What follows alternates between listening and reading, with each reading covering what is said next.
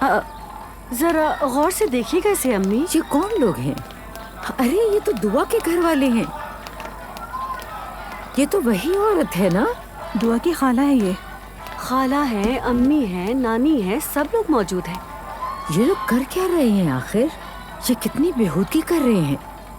आदमियों के साथ नाच गाना कर रही हैं और क्या, बहुत अच्छा एंजॉय हो रहा है। हाय हाय हटाओ उसे। हाय हाय, देख लिया आपने अपनी बहू की एंजॉयमेंट का मंजर। बस अम्मी आप ठीक तो हाँ हैं? नूर बेटा, मैं जरा अपने कमरे से होकर आती हूँ।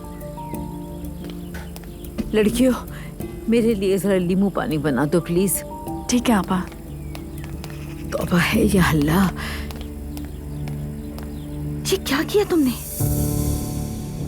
मुझे क्या पता था आपा कि ये हो जाएगा। तुम्हें ये सब कैसे नहीं पता था नायला? तुमने ये सोचा कि तुम्हारी ये वीडियो दिखाने से वो खुश हो जाएंगी, है ना?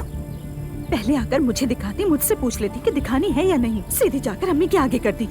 ब्लड प्रेशर बढ़ गया है उनका तुम्हारी वजह से। तौबा अस्तगफिरुल्लाह। अपने काम में ध्यान दो।